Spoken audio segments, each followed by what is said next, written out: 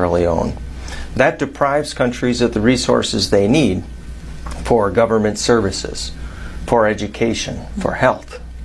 So I was hoping you could reflect a little bit on what those forces have done to Sierra Leone and what kind of accountability we might be able to think about, just to imagine a way forward from where we've begun now. When you look at what Sierra Leone have to offer, when it comes to our mineral resources, the kind of mineral resources we have in our country is enough to take care of everybody in that country. We should not have a single poor person in Sierra Leone. But unfortunately, we are not given the free will to make decisions on our own mineral resources. There's always Big Brother who decides. And when you fight and say, no, we are not going to do this, they use the system to stop you. It's either they set you up with the opposition and they'll be supporting the opposition against you from the back, or they cause unnecessary chaos in your country so that you are not able to even govern your own people. They will do things to make you not to be functionable. And of course, any country that don't have peace cannot develop. You have to have peace before you talk about development. I'll give you a simple example about Sierra Leone. Every mining company that is in Sierra Leone today is owned by a foreigner. Every mining company. If it's not the Chinese, it's the American, it's the British. Our electricity, Bumuna, is run by the British, and we still don't have light. We're looking for light, electricity. If you don't have electricity, how can you talk about education? How can you talk about health facility? How can you talk about improving the infrastructure of your country? We don't have electricity. Now, do we actually even have proper water, pipe-borne water, so that our kids will not be sick? We don't have those facilities. Why?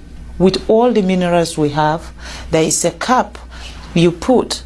Before my husband became the president of Sierra Leone was benefiting, they said, what's the word? 0.000.1%. What is that? Basically, a company can take as much as $100 million out of the country in terms of minerals, and then they can just give the country $10,000. Now, what will $10,000 do for our health system? What does $10,000 do for our educational system? And these are the things I believe that are stopping Africa from progressing. We don't have a say. The sense about us celebrating independence, I don't know why we celebrate independence, because we are not free.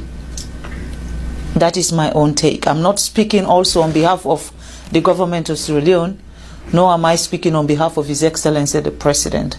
I am speaking as Fatima, as a citizen of a country who believes that things need to change. Like I said, as a First Lady, I am not part of a government system. I am a wife of a president. So when I speak on behalf of the people, because I understand what the people are going through. At the end of the day, I'm not being paid salary, and I cannot be fired either. So that's the advantage. That's the advantage of being a First Lady.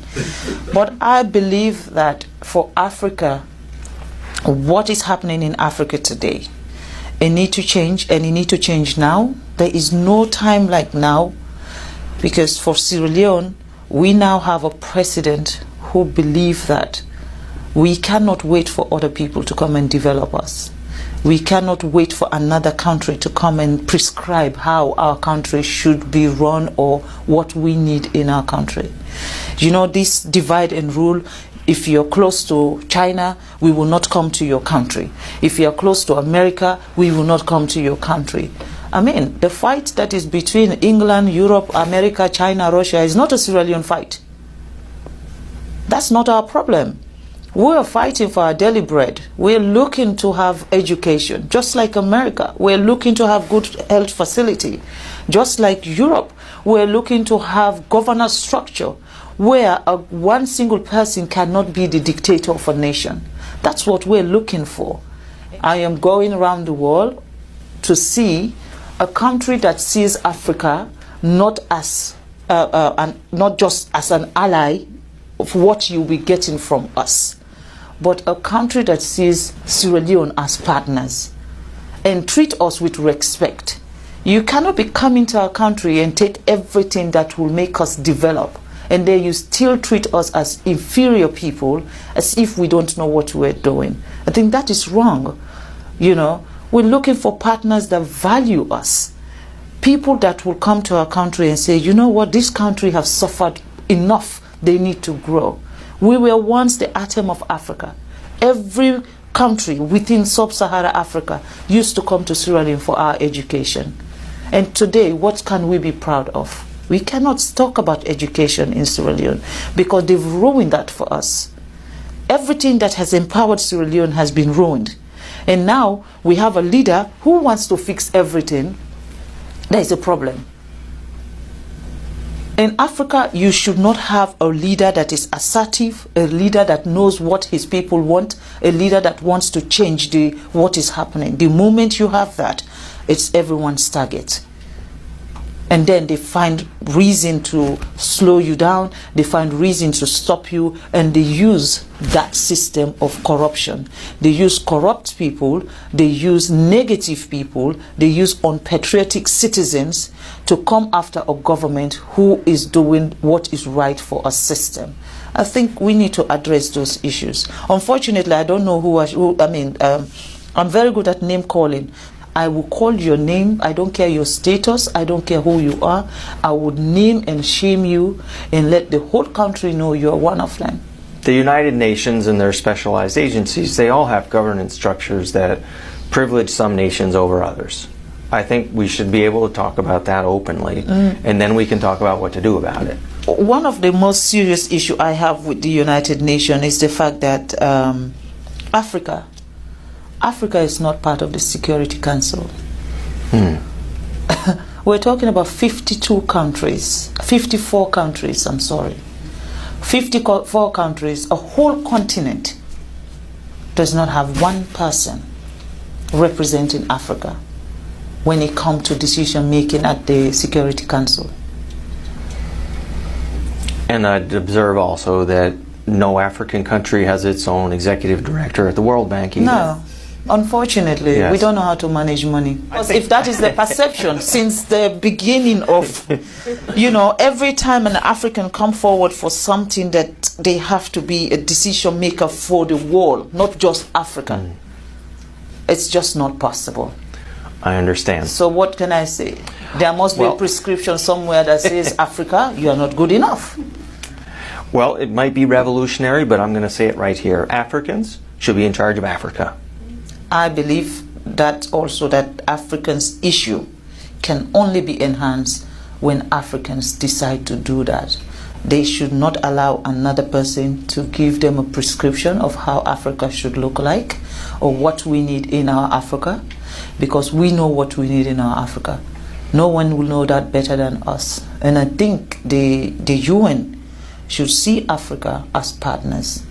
And the United Nations, definitely, you cannot have 7 countries vetoing everything. When it comes to Africa issue, it is those 7 countries. Who are the countries that are actually exploiting Africa? They're the ones who have the veto power to make decision on anything that has to do with Africa. So for me, I think that is wrong. And that is one thing the president of Sierra Leone has campaigned for. And this year, Sierra Leone is now a non-permanent member at the United Nations. But yet still, we don't have a veto power. But we're there. At least we are getting closer. And in these 2 years, our mission is to get the United Nations to see Africa not as one country. Because that's the mistake they do. When you say I'm from Africa, they say, oh, you're from Nigeria. I said, no, Nigeria is one country in Africa. We have 54 countries in Africa. So see us as a continent that also, what we offer to the world, Europe does not have it. What Africa gives to the world, Europe don't have it, America don't have it, Asia don't have it. Because we are not mining in China, we are not doing any mining in America or mining in Europe.